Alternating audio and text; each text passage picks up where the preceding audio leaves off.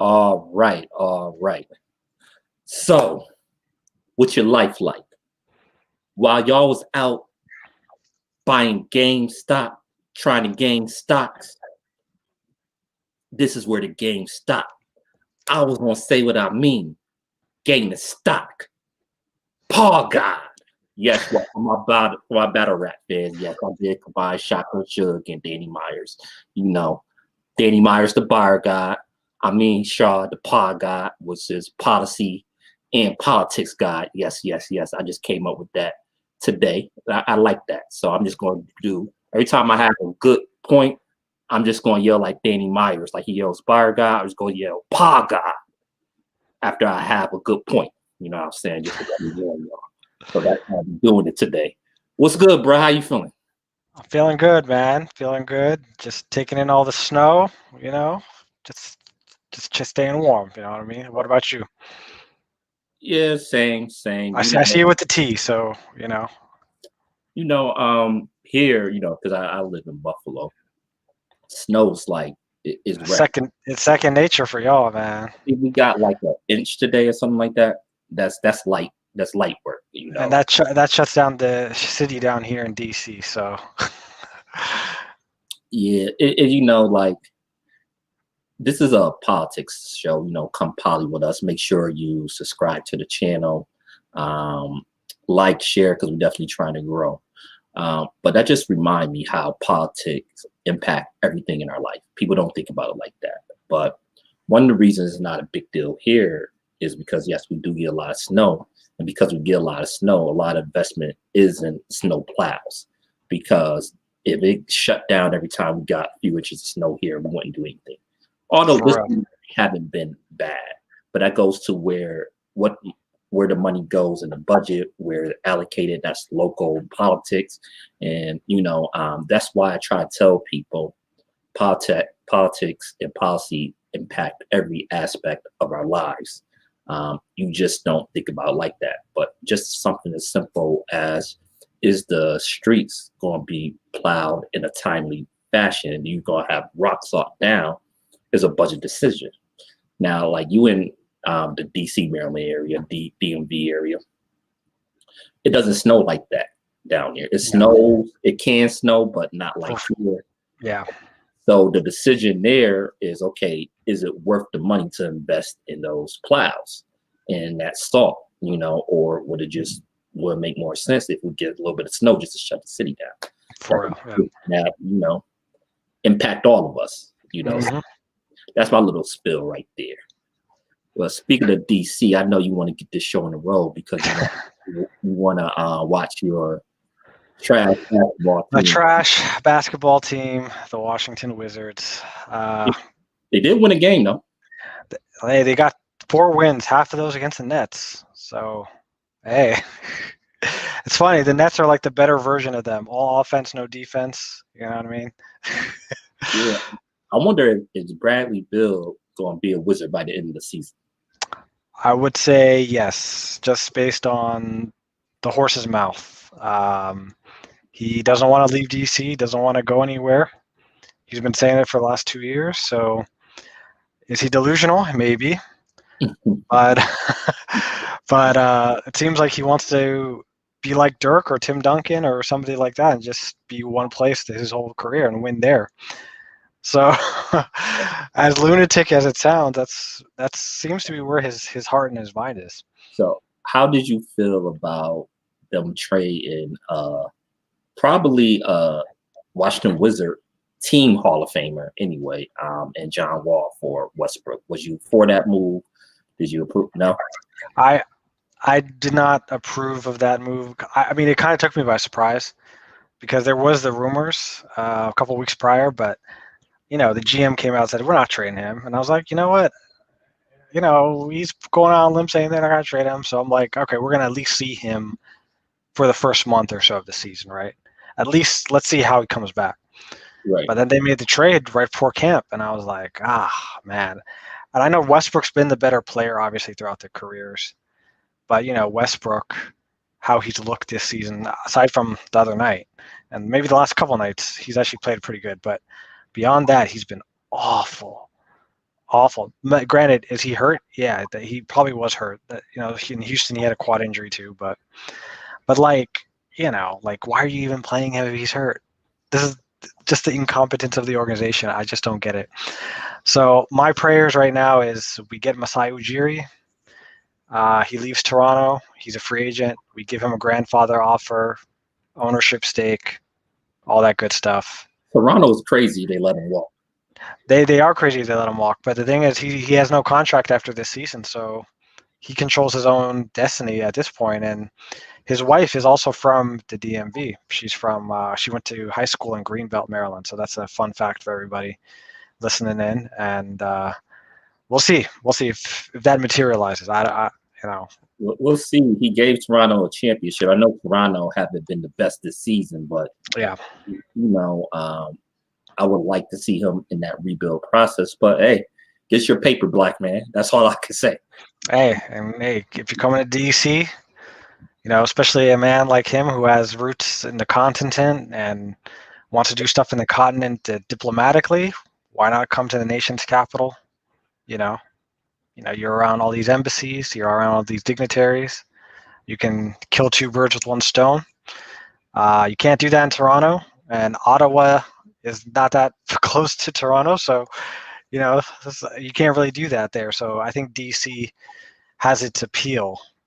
Obviously, Toronto is a better run organization, but we were able to lure Michael Jordan here once upon a time. That didn't work out great, but it happened. It did. I mean, granted, he was like 39. He was 39. He was the team president. Then he came back to play and verbally abused the players and ownership. and he had ownership stake, and then it got taken away. Yeah.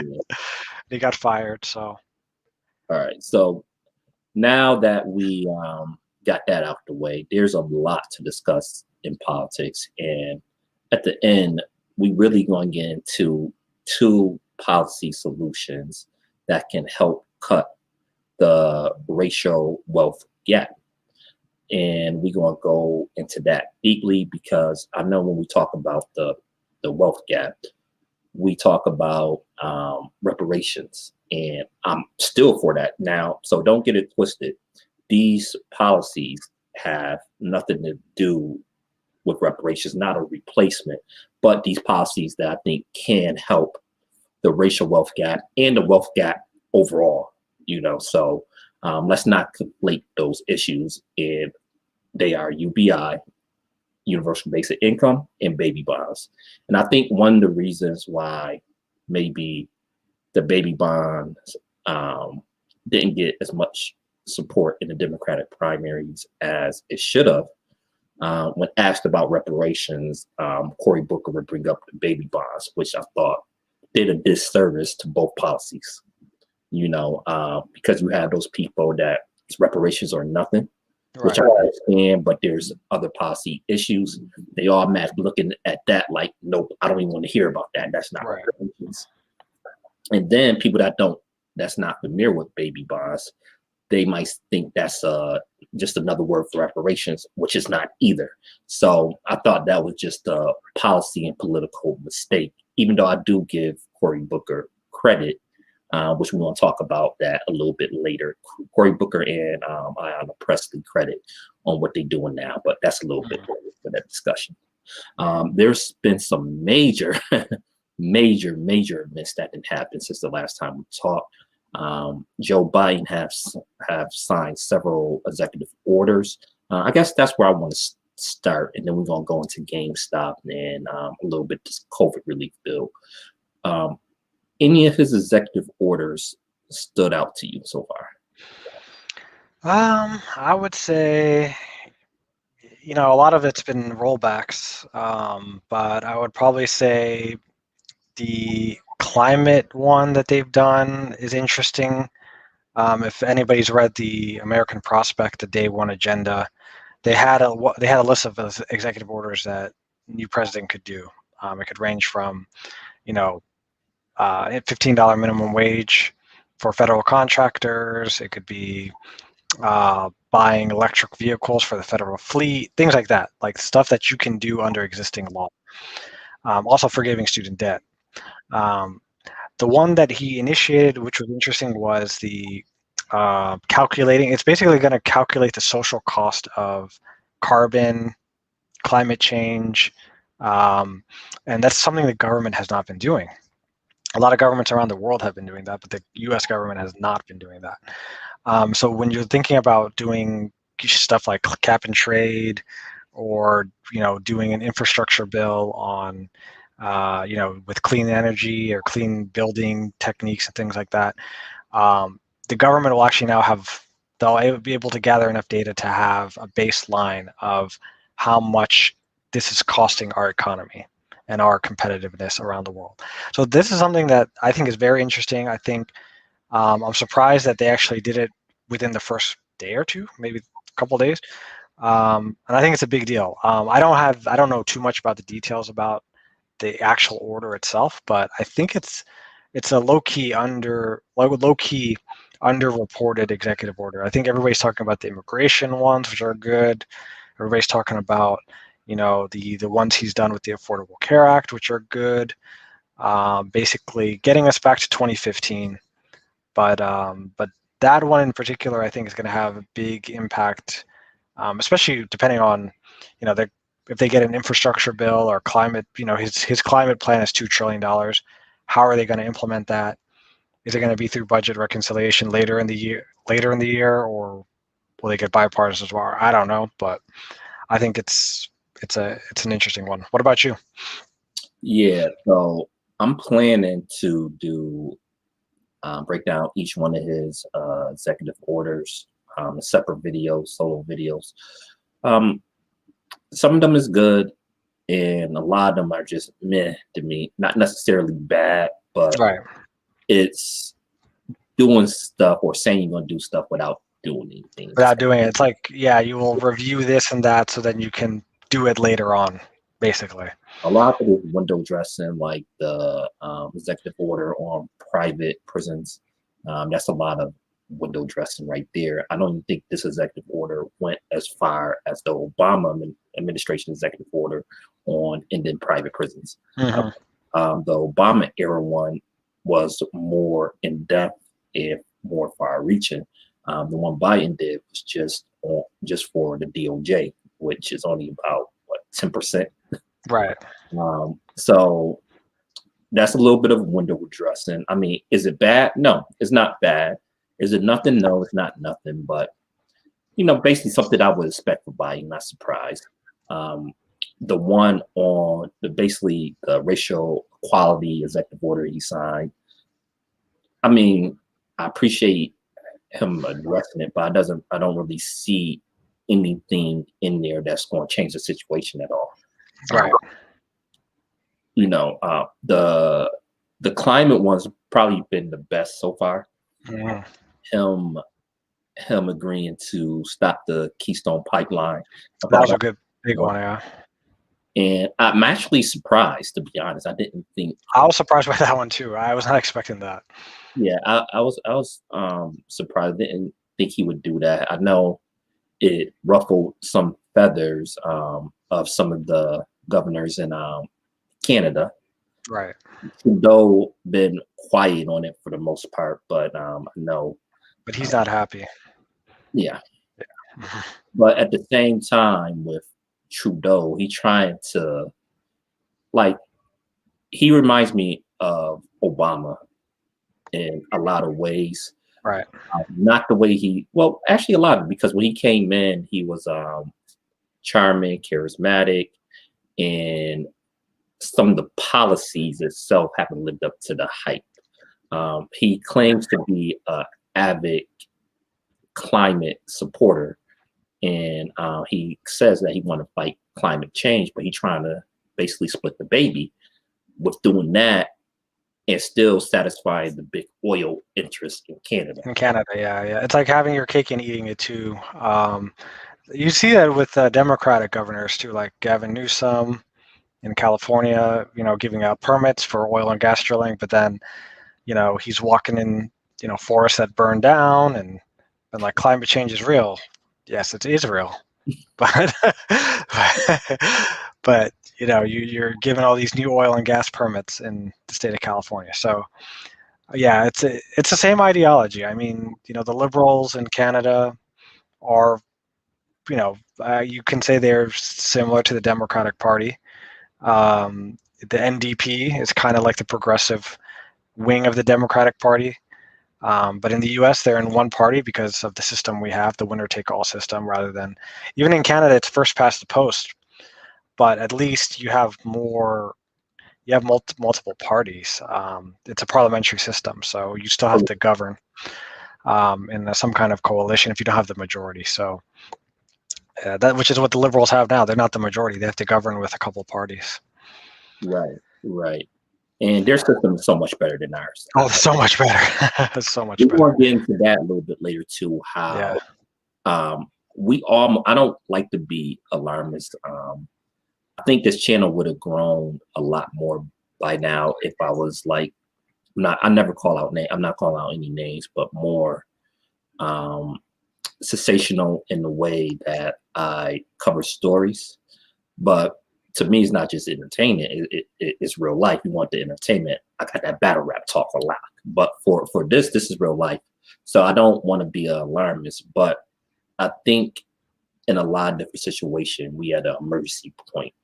And we'll break down what I'm talking about.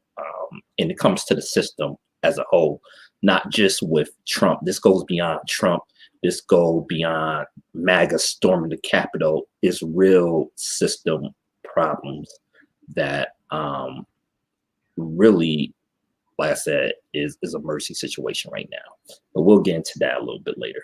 So as far as the executive order, yes, the climate change one's probably been the best so far. One that we didn't get is the canceling of student loan debt, which it is not surprising given Biden. No.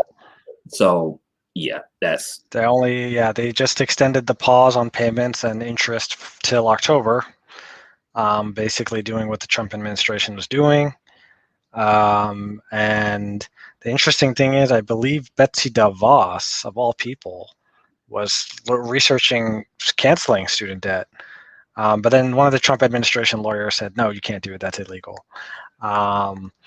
Even though that's not correct. She and Trump could have done it. But I think they did that because they knew the Democrats were coming in, so they could have it on the record saying, we looked at it, you can't do it, and then the Democrats won't do it. So the only way it's going to happen is through the amendment process with this stimulus bill coming up. Obviously not all of it, but I think there's going to be plenty of Democrats in the House, and you'll have a few in the Senate that will probably try to get some kind of amendment to cancel. At least Biden wants 10,000. A lot of those progressives in the House want 30 to 50,000. Then you have a few senators that want 50. So we're gonna see how many amendments. There's gonna be like 1,000 amendments in this bill coming up. So we're gonna see what makes it into the final package, because it's gonna be pretty massive. What's crazy is Congress should pass it, but Biden should have did it with his executive. Oh yeah, with his own power. He has the power to do it. But that's just not something he believes in. No, and the funny thing is, like, even today, I think he was saying, I'm not making a new law. I'm just, turning around bad policy. I'm like, yeah, you have that power because of the laws that are on the books. The law on the books say you can opt not to collect debt, student debt. The government does it all the time. Yeah. And I don't want to get too far off track, but just goes back to the frustration in picking Biden for the nomination in the first place. I know the comment sentiment out there in the media is that he was the perfect guy for the moment. Let's return to normal. Normal is not good enough. We have so many problems. It's even worse than it was in 2016. Yeah. Biden, throughout his career, hasn't been the person that was that can think long-term into the future about consequences. He's a typical politician that is a reactionary, and he'll live in these certain old school policies. He wasn't the correct choice, but once he got the nomination, it was either him or Trump. And of course, you got to pick Biden or Trump. Right. going forward, I know the media love him right now. He's going to leave a lot to be desired, and it might be a bloodbath in 2022 when it comes to these congressional races if he doesn't get more aggressive. But we'll get back to that. I want to ask your opinion on this whole GameStop, AMC situation, Nokia, this whole Reddit situation. What is your reaction to this? My reaction, when I first heard about it last week, I was like, whoa, wait, can I get in on this, right? Let me see what's going on, right? But then I was like, I went on the sub, I see everybody talking about it, seeing, there's some good things happening with it. Like, people are actually making money for the first time. They're actually paying bills. They're actually doing stuff that they couldn't do before. I think that's great. But I think that kind of glosses over. And I think, the media covers it, how they're like, these Redditors, they're like insurgents against the system, or they're, the little guys finally winning, things like that. And sure, there's some people that are like that. But at the same time, a lot of those people on that message board, they're retail investors. They've been in the game. Like they're not just dudes, teenagers or 20-year-olds or 30-year-olds in their basement or whatever. Like these are people that actually have experience trading. And the way they were able to coordinate and do it on Reddit, they were able to get it viral. And they were able to demonstrate exactly what people on Wall Street do every day, which is, they short these stocks and then they think they can get away with it because they do. This time they're like, you know what, we're going to tell these people they can't get away with it, and they didn't. And it just goes into the whole business model, like of how, this practice that hedge funds do is an accident of history. Like it's something that it's like the only reason hedge funds exist. And I was reading about this the other day. The only reason they exist is because of a carve out in like some New Deal legislation in the 30s that regulated banking and stopped the speculation that happened in the 20s, that led to the Great Depression. But like they were still like rich people were still able to get a carve out so that they could still use their money to play around in the market like this. Not to this extent. Like the speculation that we've had it's been 2 decades since Clinton basically, when the deregulation started. But now it's gotten to a point where you gotta tax this stuff. Like you look at, even if you do what like I don't even know what Sanders, I forgot, Sanders or Warren, they had like they had like a transaction tax, like 5% maybe, something like that. You generate $80 billion a year, 800 billion in 10 years.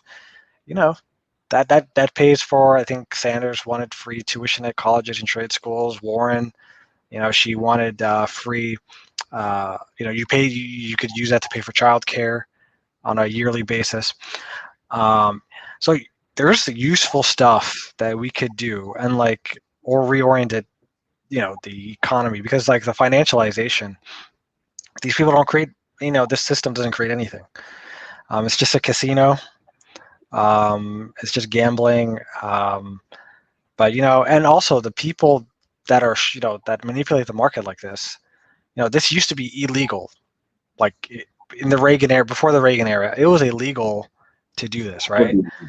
So they it should be illegal too. It should be illegal now, right? Like, yep. But it became, in the 80s, they started to, the whole greed is good, the whole Wall Street deregulation of the 80s, that really accelerated things. And and then, in the 90s, they repealed like Glass-Steagall and all that stuff. But like this practice of just the whole speculation used to be illegal in America. And the SEC and all these regulatory agencies, they don't even know what the hell to do, which is an indictment on, just how starved out the government's gotten. Yeah. And the fact that we don't have anybody that can enforce the existing laws, or even Congress to make new laws, because the minute they want to do new laws, they will go to the banking committee and they will do whatever they can do to, stop it. Right. And that's the problem we have right now. Yeah, I'm about to go in pod god mode right now, man. first, let me address just the regular investment, right? I'm not a stock expert. Me neither.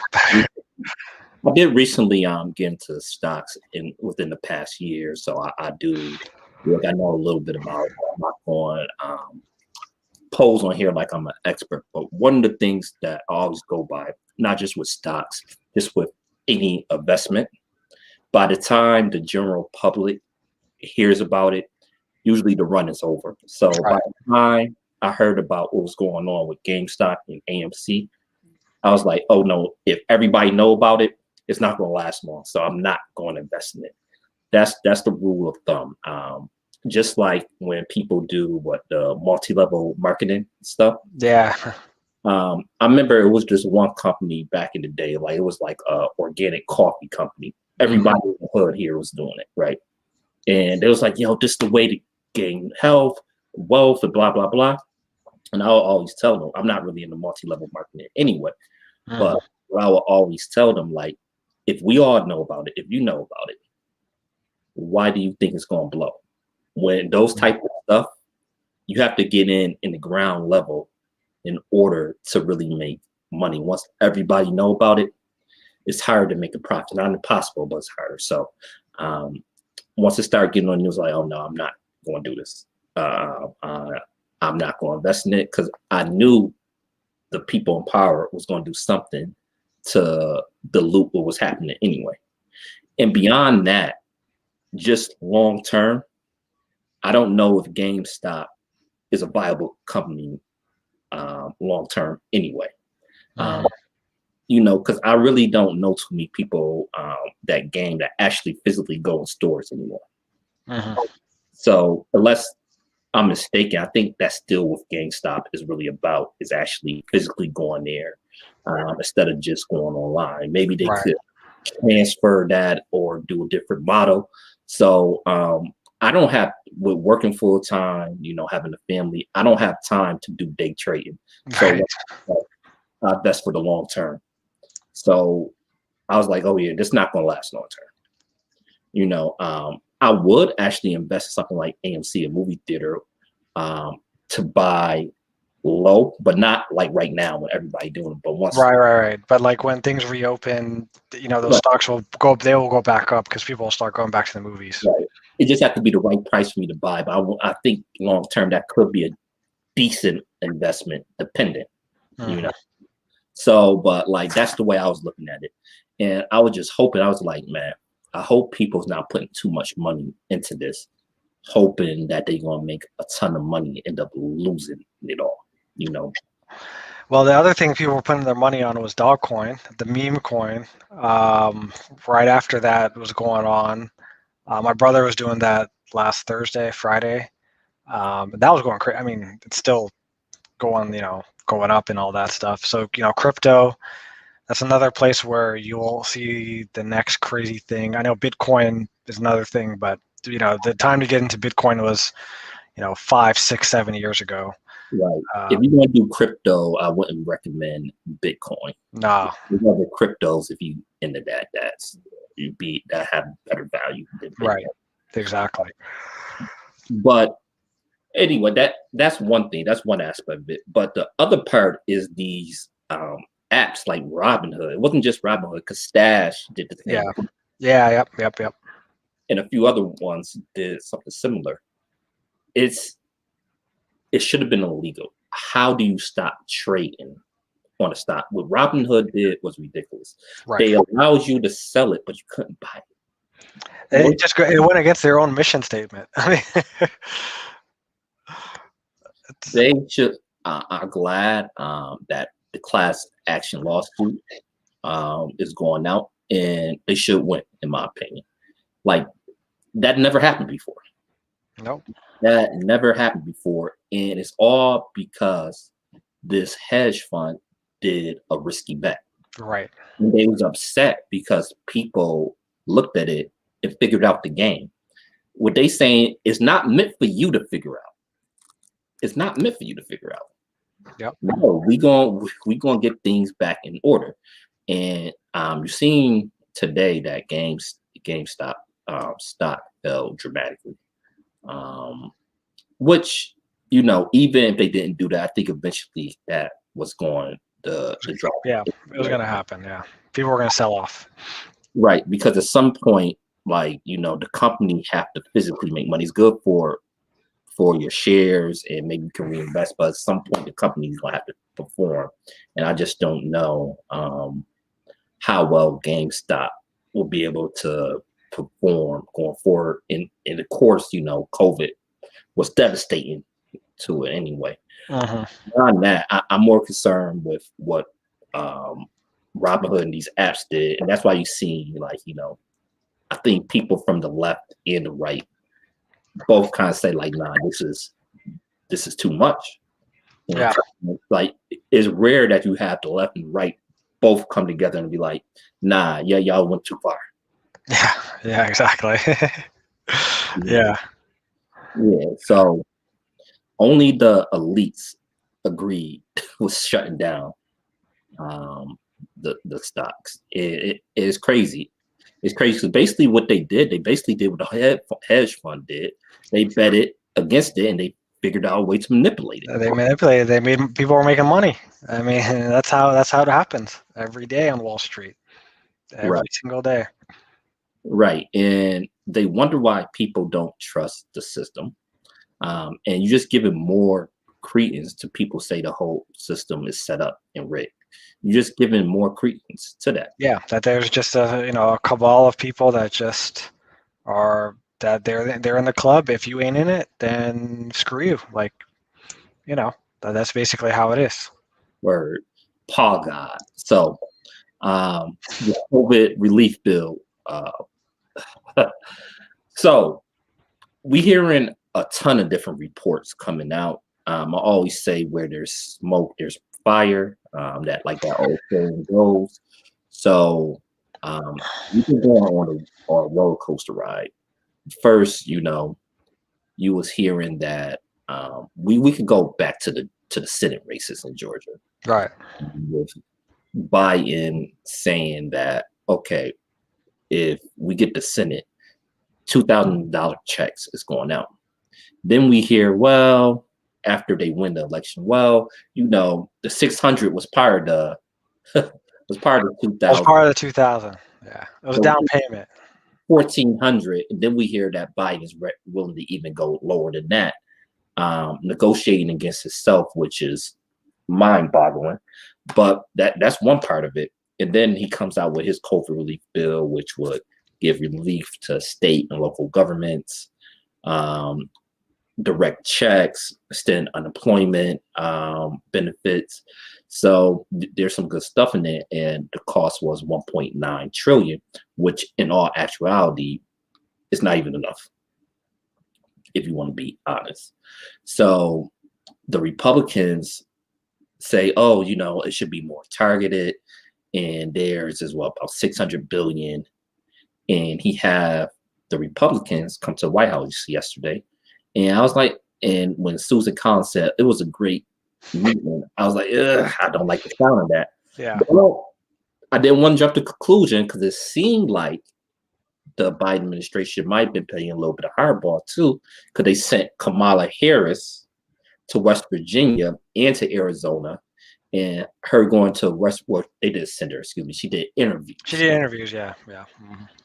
In Arizona and West Virginia, and Joe Manchin was really mad about her going to West Virginia and doing the interviews there to put pressure on them.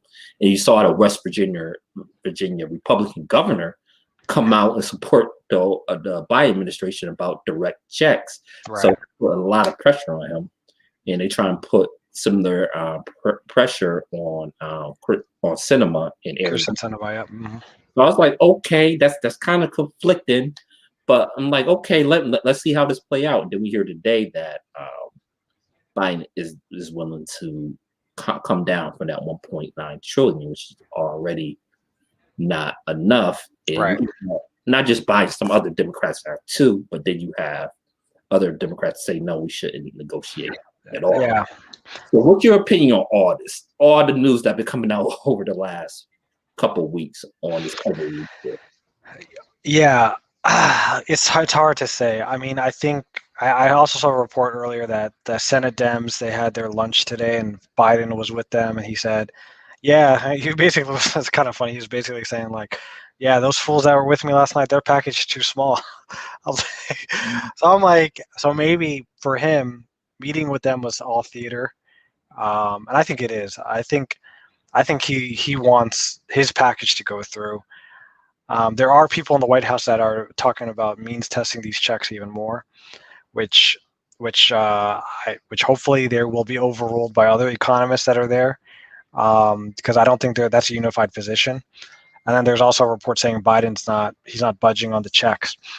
Can I just jump in real quick? Yeah, go ahead. Part, and I'll get right back to you. Just to buffer your point a little bit more with the means testing. Yeah. For families, like for a married couple, the means test I believe was 100,000. So, a family making 100,000 wouldn't be able to get direct checks. If for individuals, it's like 50, the Republicans want it to be 50K. Yeah, so they want it to be 50K for individual and like 100K for family married. Right now, the current proposal would be. I don't even think they accounted for kids when it comes to that. Yeah, I don't think so either. That's why I think the price tag is like, more than half lower than what Biden has, and but Biden's plan obviously is the same as the checks we got last year. On this, it would be the 75K starting to phase out, and then you have the 150 for families. So it's already means tested. I mean, and it's an indictment of America that a lot of people make less than $75,000 a year to get the full amount. So means testing it, even more doesn't make any sense. So hopefully Biden realizes that, because David Axelrod, Obama's former campaign manager and advisor, he basically said, I think he said yesterday, like, you got one chance to get this right, because he knows they didn't get it right in 2009. And the funny thing is, all these people, even Rachel Maddow last night, I didn't see it, but I heard people talking about it. They're basically talking about the missteps of 2009, right? How they were they wasted all their time trying to get Republican votes and all this other stuff. Why the stimulus was only $800 billion. Like, they basically were talking about how his administration failed, but they're not saying Obama failed. They're just saying what we did in 2009, we can't do right now. Right. So it's kind of funny, the tightrope that they're walking on that, because the only people that were talking about that were like, progressives, or people outside the Democratic Party. Like, so the fact that you have the fact that you see mainstream people saying that right now means they know they need to deliver now. Because if you deliver now and you get that virus under control, right, Biden, he will ride high. He will have high approval ratings the rest of this year, going into next year. I mean, there's just no way, unless there's some kind of crazy scandal or something. But we saw the last 8 years. I mean, the last 4 years, scandals have diminishing returns sometimes. So they have to deliver. So I think, we'll see what, Joe Manchin, he's being annoying and irritating and all this other stuff. But I think at the end of the day, he's going to vote for it, because he's from West Virginia. I mean, people are suffering in West Virginia. The question is, for me, at least, my question would be, how many amendments get tacked onto this package? Is it going to be 1.9? Is it going to be more than 1.9? It could be more than 1.9. It could be less than 1.9. Are they going to raise the minimum wage with it? Are they going to basically tell the parliamentarian in the Senate, no, we're going to overrule you? And by the way, you only need 41 senators to overrule the parliamentarian. I don't think there's a lot of complexities with the Senate, but like, basically Kamala Harris can lead 40 other senators to overrule the parliamentary. So you don't need Manchin and Sinema and all these other people to do that. right. So and the Republicans have done that before. They did it in 2001 when there was 50-50 Senate when Bush was president. And I forgot what they were putting through reconciliation with the tax cuts, but they fired the parliamentarian when they did that. So we'll see. Chuck Schumer's talking a big game right now. Obviously, Chuck Schumer's not great or anything, but it seems to me that he's learned from the past, at least in his rhetoric so far. We're going to see if he can count. We're going to see if he can count and if he can actually get this thing to the finish line, because that's what matters right now. I mean, they gotta get this thing done before mid-March, because unemployment, benefits are going to expire in a month and a half. And I think Schumer, I don't think he worried about losing his primary. No, I still think he doesn't want to be primary by. he doesn't want to have a primary. Yeah, he wants it to be easy sailing next year, for his reelection. Even though he would beat AOC, he would beat AOC in there, but it'll be dirt thrown in his name. He would take some blows, even though he would win the primary. But he'd win it. I think he'd win it like 60-40 minimum. Pretty comfortably. Pretty comfortably, yeah. But he will take some hits in that, and will point out like some of his past failures. Like team, he doesn't want that. He doesn't want that. So I think that's one of the reasons he's been talking a little bit more progressive and working with Elizabeth Warren more. So that's those type of things work. You gotta apply. Yeah, Bernie Sanders has his ear too. I mean, you see it. I mean, they were on the Senate floor together a month ago about the checks. They were, he's like, hey, Bernie, I'm letting you loose. Hey, Bernie's like, hey, let me do it. So, so we'll see. We'll see. I don't know about the minimum wage, because a lot of the Dems already seen. I saw Tesla on TV today, and he's not really for the $15 minimum wage. He's for a federal minimum wage of $10.10, which doesn't make a lot of sense to me. Make any sense. You could get away. I feel like 5 years ago you could get away with saying you're for like $10 or $11 or whatever, but the minimum wage hasn't been raised since 2009, and it's $7.25. So it's like, come on, man. Now, you want to. Besides, even if they increase the minimum wage through this legislation, Biden's plan, just like Sanders' plan too, or whoever else was running that was proposing to raise it to $15, it doesn't happen all at once. It's not going to be $15 until 4 years from now. Right. So, and even that obviously is not enough for people, or how the minimum wage should have been tied to inflation, right? Because if it was, then it'd be $22 an hour, $21, whatever it is. Yeah. And that's why I think the push of 15, it all started with the fast food workers in New York, which was good. But I do think that a federal minimum wage should be kind of means tested, because I was in the military, right? We used to get something called BAH, basic housing allowance, basically, and it was by the area you live in, because certain areas is more expensive. So a living wage need to be paid by your area. Sometimes maybe it's less than 15, but maybe it's more than 15. Right. In certain areas in California, maybe the minimum wage should be even more than that. In some areas, maybe like in some of these rural areas where the cost of living is extremely low, maybe it should be less than 15. I don't know, but I think just saying that 15 everywhere, not really for it, but I do appreciate the effort in that, because at least it is going raise the federal minimum wage. Yeah, and I also think the type of employer also could be looked at, because if you have a company of I don't know, 100 people, you probably should be paying $15, right? But if it's you're employing 10 people, right? Maybe it should be 12, maybe it should be 11, something like that. I don't know.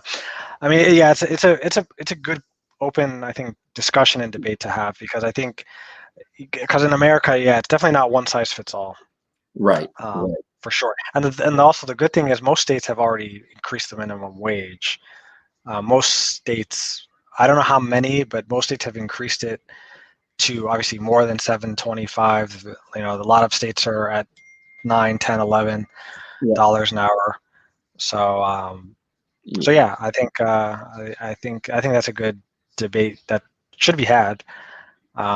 I wish the Republicans would actually engage with it in good faith, because they keep talking about how it kills jobs, and I'm like, have you guys seen what's happened in the last year?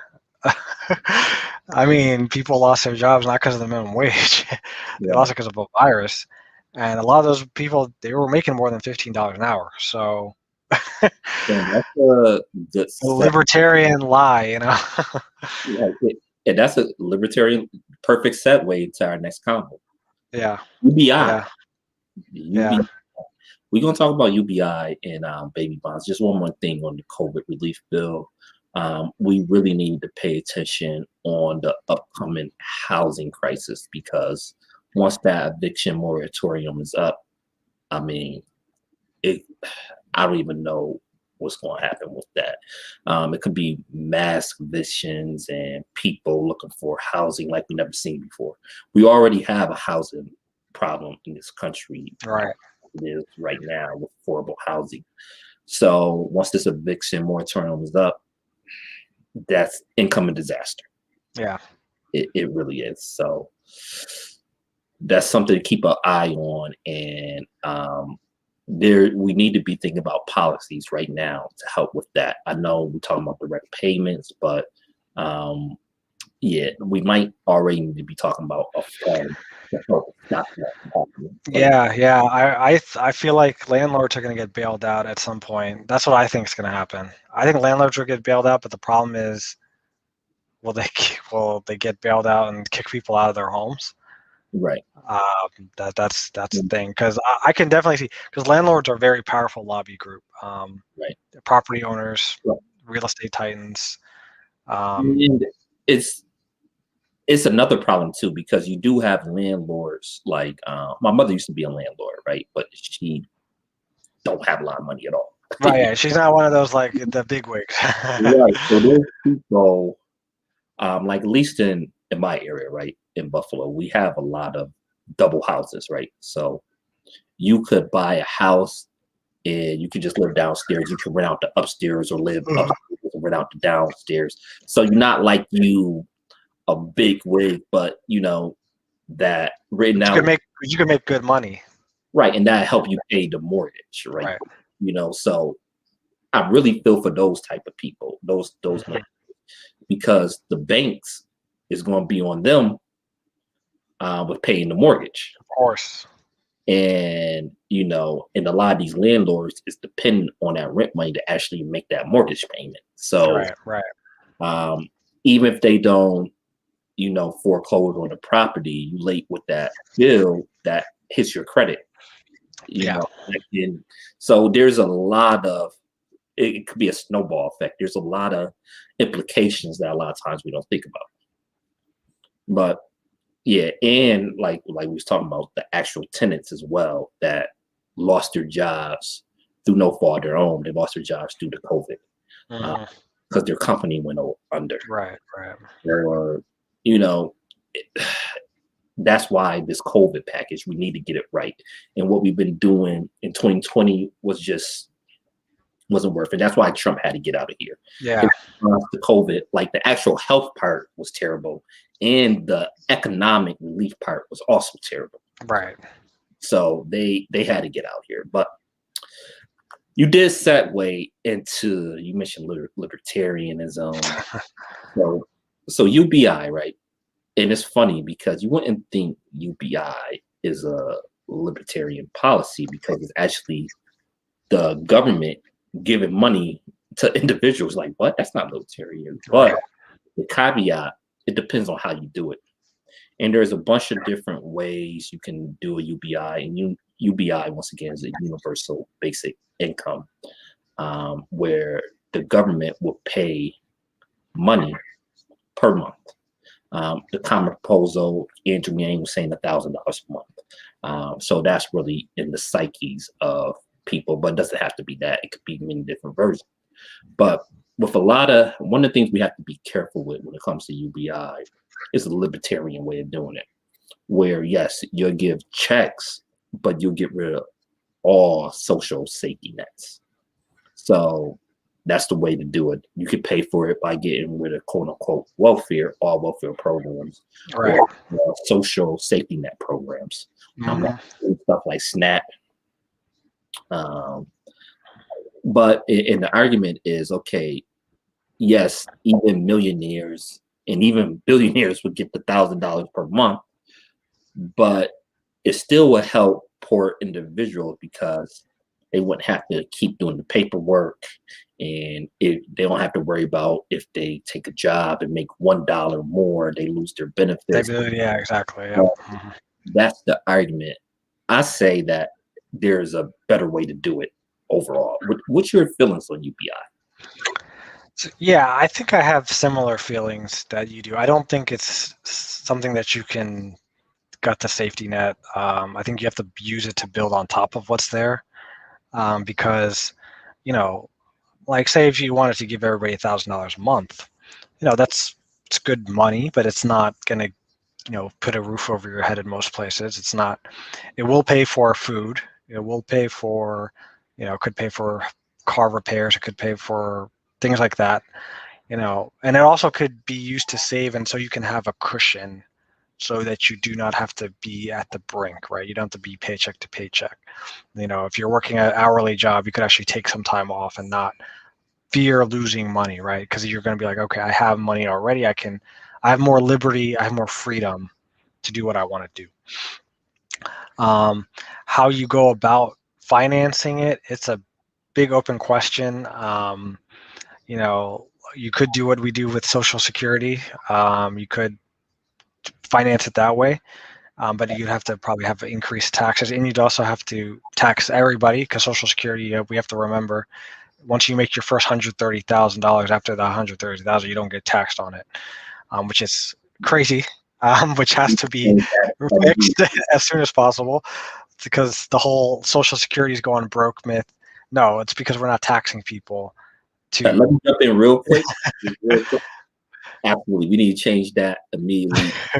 That they borrowed from the Social Security fund, the trust fund, yeah, to help fund the Iraq War, right? Well. So right. that they don't mention that either. But go ahead. They don't mention that either, no, because they go into war, they don't pay for it. So with the UBI, I think obviously no country in the world has done it on a full scale. So we still don't know many things, but obviously in the United States we could have done it in the 70s, because in the House, I think it was called the Family Assistance Plan. There's a version of that passed in the House twice, but it didn't pass in the Senate because Democrats control the Senate and they wanted more generous benefits, right? Though Nixon, of all people, is going to sign into law if it came to his desk. So, Andrew Yang's idea with a VAT, implementing a VAT, I think is just tougher in the United States, just because we have sales tax. Can you explain to people what a VAT is? So a VAT, a value-added tax. So basically, when you go outside of the U.S., it's basically sort of like a sales tax, but basically you buy something, you're paying 6%, 10%, whatever it is, on top of what you're paying for it.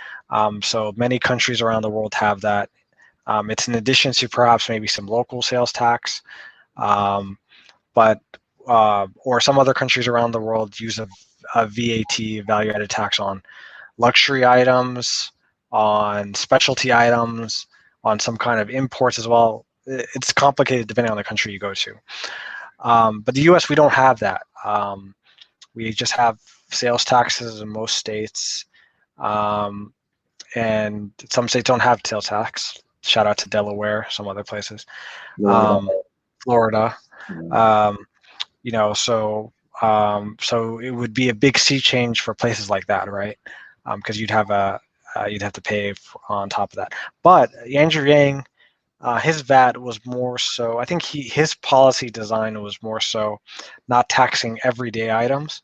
So like if you go to the grocery store, you're buying food, formula for your kids, diapers, all that stuff, like you exempt that stuff, but you start taxing the high-end stuff of what, like if you're going to buy, I don't know, PlayStation 5, great example. That would have a VAT, right? Something like that would have a VAT. If you're going to buy, if you're a rich person, you're buying a plane, there would be a VAT on that. Stuff like that. And like his proposal, I think, generated something like $800 or $900 billion a year, which is a lot of money, by the way. I mean, I'm not going to lie. But doesn't pay for UBI. So how he tried to get to You get paid for half of it. doesn't pay for half of it. So how he tried to do it was, well, you'll spend less on social programs, but then that implies cutting them, right? And then Right. using those resources to pay for the UBI. Right. So I think, it's still an open question of how you would pay for it, but I think it's something that we're definitely going to need.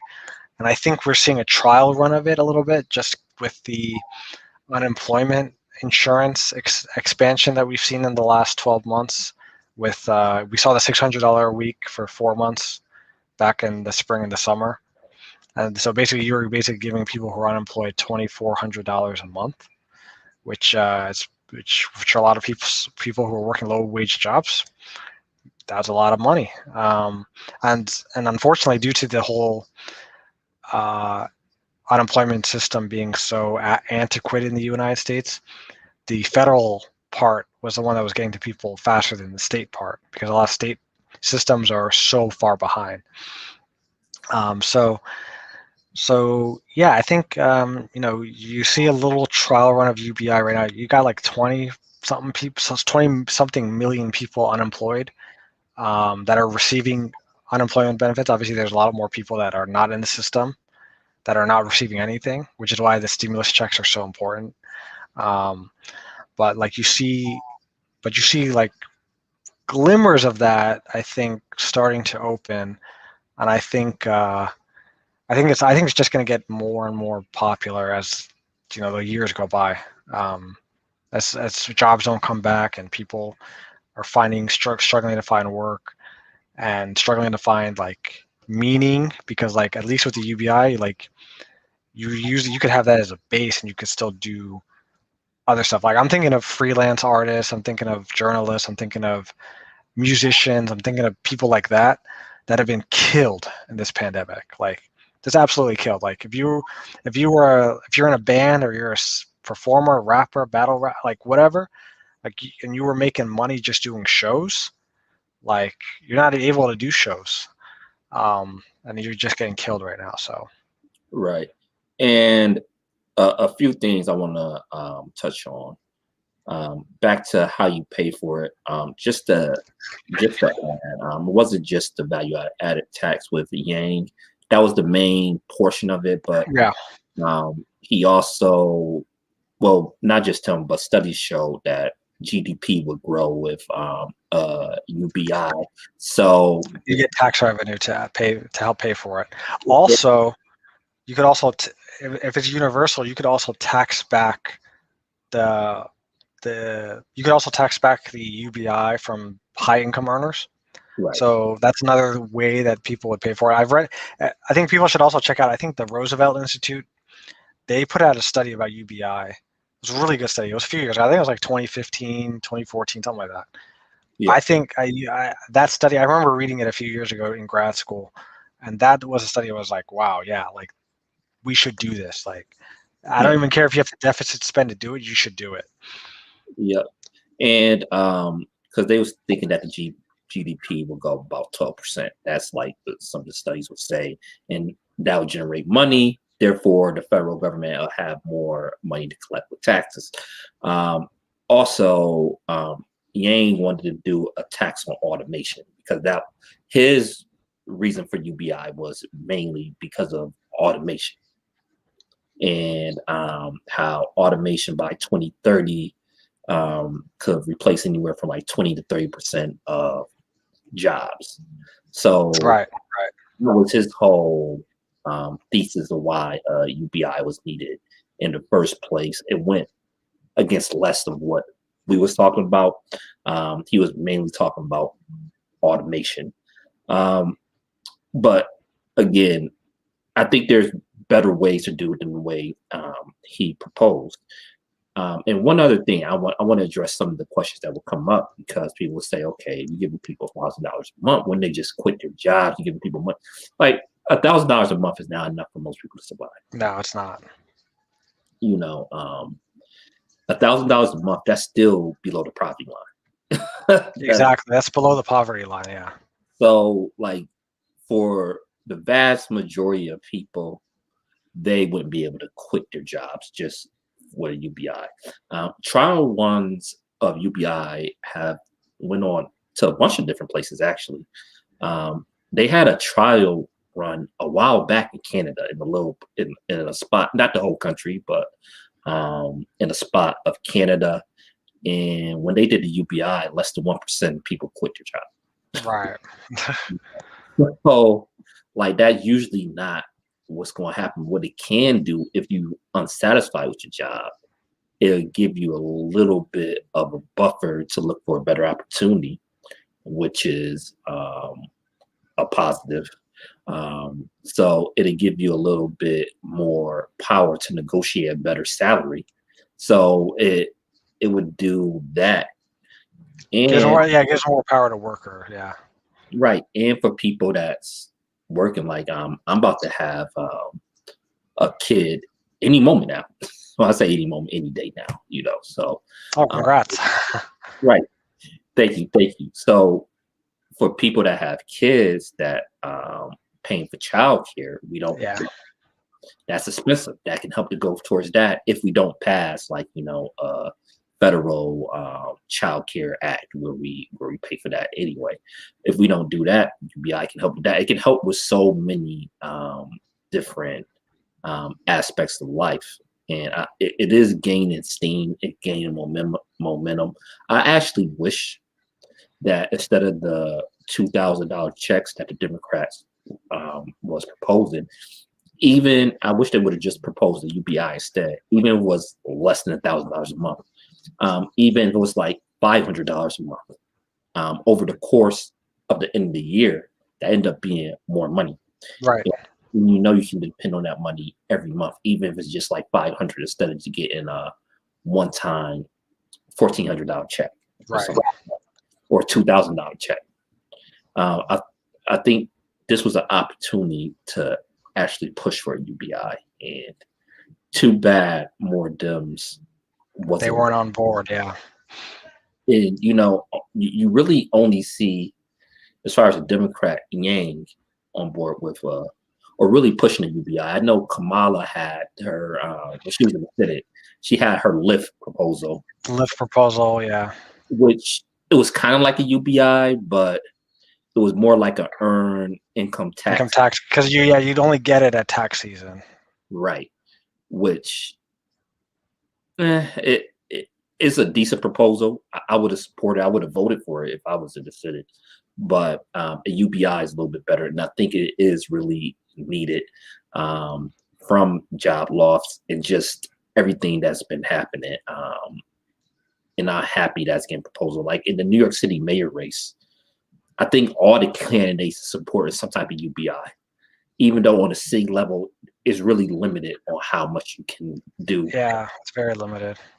But I want to get into this a little bit too before we get off of it. I think we have to start pushing these policies at the local city level long term, because long term federal outlook is really not on our side, to be honest. But most of the senators didn't push for universal basic income. And hopefully everybody that listened to have a better idea what UBI is now. If you didn't know already, some of you are political pros and you already know. But hopefully this made sense to you. So just for overall wrap up, a universal basic income, whether it's $1,000 or a little bit more, a little bit less, you'll get that every month. That's part of universal basic income, and it's supposed to help the economy and help poor individuals dramatically. And the way I would do it, I would have a cap of cutoff point of when people get UBI, and I would do it kind of more like they doing with baby bonds, and we're gonna get into that. I think the way the proposal with baby bonds make a little bit more sense. Mm-hmm. Everybody do get involved, but how much you get depends on your income. And real quick, before we get out here, last thing we're gonna cover is baby bonds. So what's your feeling on baby bonds altogether? I think I think it's a good proposal. I think the only thing I'm a little concerned about is, obviously it materializes throughout the first 18 years, right? At least as I read the proposal, right? So before we go to that, let's Yeah. explain what baby bonds are. Yeah. You have a better view of it than Yeah, let's explain what it is first, so people not confused. So Derek Hamilton, look him up. He's really one of the main architects of the proposal. He advised Cory Booker, and he advised a bunch of other presidential candidates about baby bonds. But Cory Booker was the only one that really took it and ran with it, even though he didn't talk about it like he should have in the primaries either. And as we was talking about in the beginning of this show, that when reparations was brought up, he mentioned baby bonds, what I thought was a political mistake, because supporter of reparations wasn't going to be for it, and then supporters of baby bonds were thought like it conflated the issues, which you shouldn't do. They two separate issues. I support both. I support baby bonds and I support reparations. We got that out of the way. The way it will work is kind of like a federal trust. Exactly. So when a baby is born in the United States, they will get a federal trust of about $1,000, right?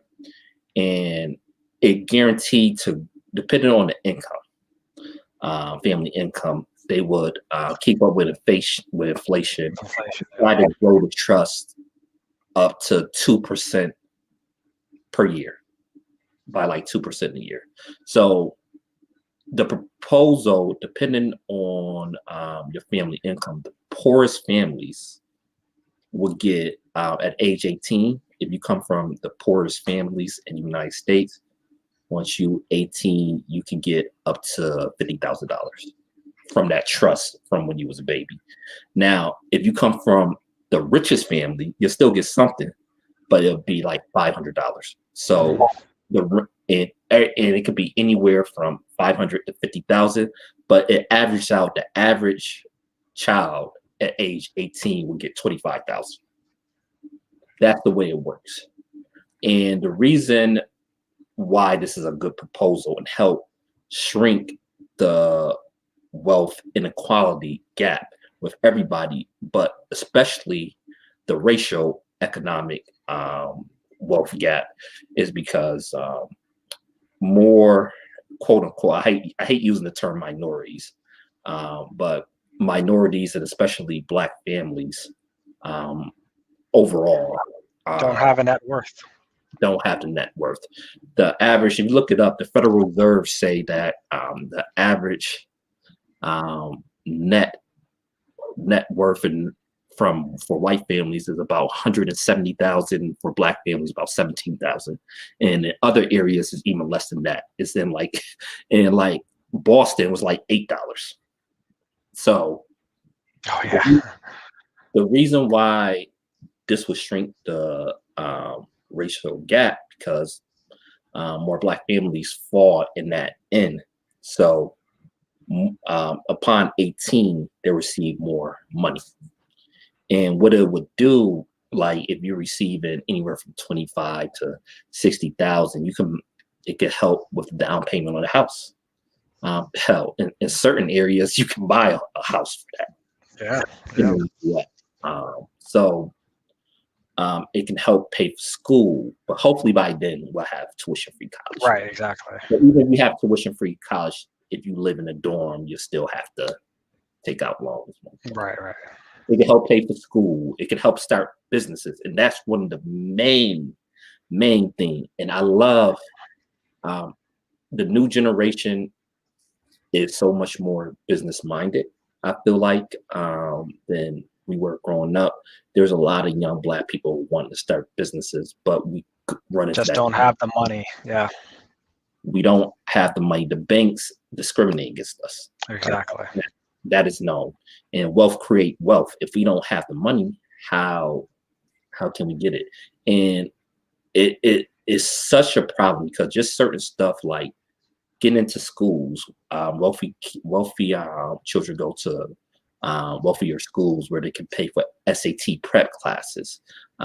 People go to poorer schools they're not taking those. They don't have SAT credit, and they might get it at school. Plus, the wealthier families a lot of times will pay for more classes for them. So you got people from poor schools that didn't have the prep that these richer families had, still competing against them, which is outrageous, and that's why affirmative action when it comes to getting the institutions was necessary, but they don't have that. But that's a whole different story.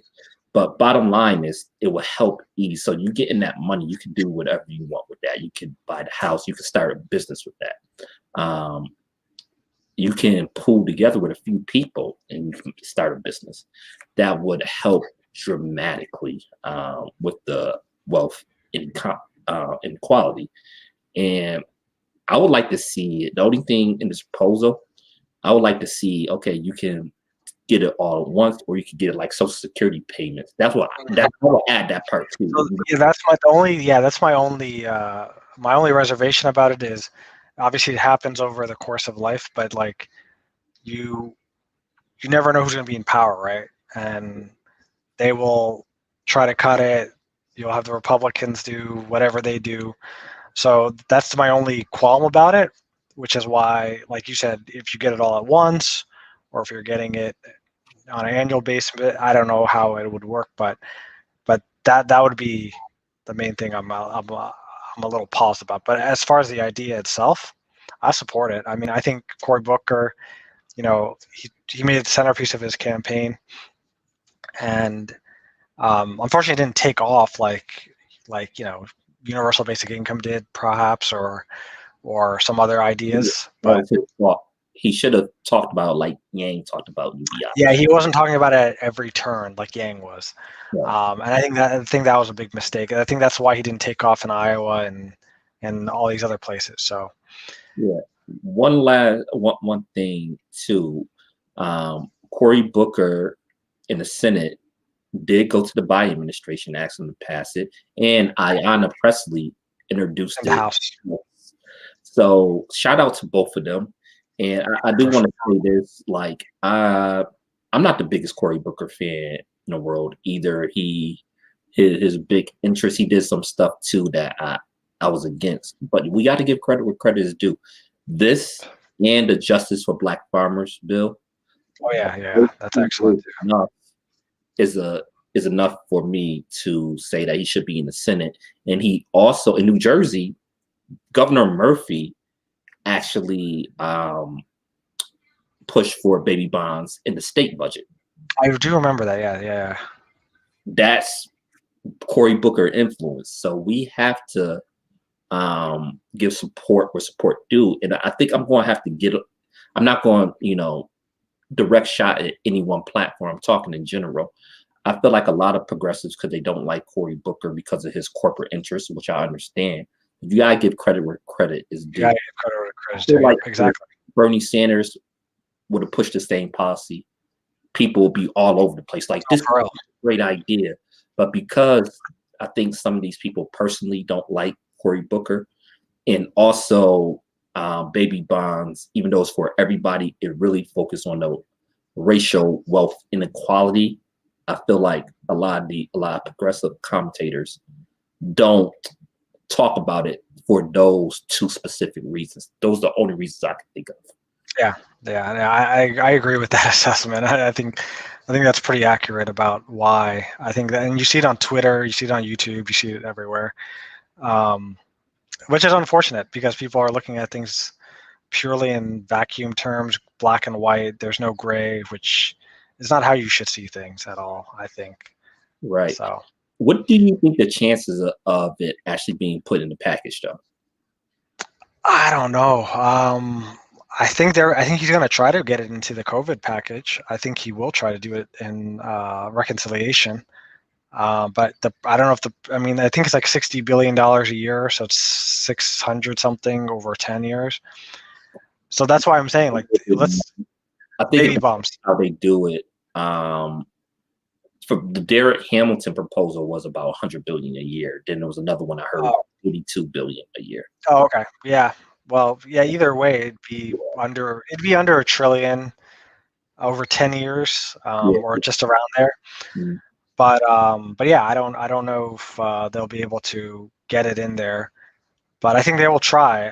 But the thing is, there will be other opportunities, I think, because you'll have reconciliation as a tool after October that you can use for the next fiscal year as well. So um, I think there'll be a couple of opportunities to slip it in there, but we'll see. All right. We about to close out, so I'm gonna give my closing statement. You know, the pod guy is about to speak in a second. Do you wanna address anything before we get out of here? No, no. I mean, this has been another great convo. I think we cover a lot of bases here. A lot of stuff's going on. I mean, but hopefully things will be happening, quickly and in a good way. You know, I think COVID and getting this thing under control and getting a light at the end of the tunnel is the goal, man. Like, I think that's the main reason why Trump had to get out of there. So we'll see what happens. All right. So everybody, if you give the pod guy about 2 minutes of your time, 2 minutes, that's all I need. Now, another great show, by the way. Thanks, Fa. So next show, what I want to talk about is there's two different things, because every time we come in here, we're going to give a brief overview of the current political situation, but we also want to break down policy, because I feel like a lot of shows is not really doing that. So I definitely want to talk about what real police reform will look like, and not just the phrases, but exactly what we need to do for real police reform, addressing things like qualified immunity. Because if you know about that story in Rochester, New York, where they pepper sprayed a 9-year-old girl. Now, if you can't control a 9-year-old, period, but especially like a 9-year-old girl, you don't need to be a police officer. You can't control a 9-year-old girl without pepper spraying them. Why are you a police officer? And again, I know they're talking about an investigation, but there's never any consequences. And that leads me into my next point, that, like I said, I don't like to be an alarmist, but we really have to get involved in local and state politics, because federally, the numbers are not looking good for us. In the future, there's been studies that's saying by 2040 that the majority of the population in this country will live in 9 states, and the top 15 states will have about 70% of the population. That's what studies are saying. So what do that mean in terms of politics? That means in the Senate, most of the population senators is only going to have 30 senators, while 70% of the senators is going to be coming from 30% of the population. Now, it's not outliers like Oregon, where was a pretty progressive state, but not a lot of population. That kind of works for us a little bit, but we also could have outliers like in Pennsylvania, where one of the senators is a conservative, or you have Florida, because Florida is going to be one of those states where currently they have 2 conservative senators. So it's not going to be 1-to-1, but trying to get stuff through the Senate is going to be difficult, and even the House of Representatives. Now, more people total is going to vote for Democrats. However, but the way they gerrymander in these districts, Republicans probably will have an easier time controlling the House going forward, because in 2020 it was the census, and also beyond the census, Republicans controlled a lot of the state legislators, and they get to draw the maps. So Democrats can do it in some of these Democratic controlled areas, but Republicans are notorious for doing it, and they coming up with ways to stop people from voting. So we need to fight federally, definitely, but I'm just letting y'all know it's going to be more difficult on a federal level. Now, in areas where we have the population locally, Let's start running in these sheriff races. Let's start running for these DA races. Let's start running for these county legislators races.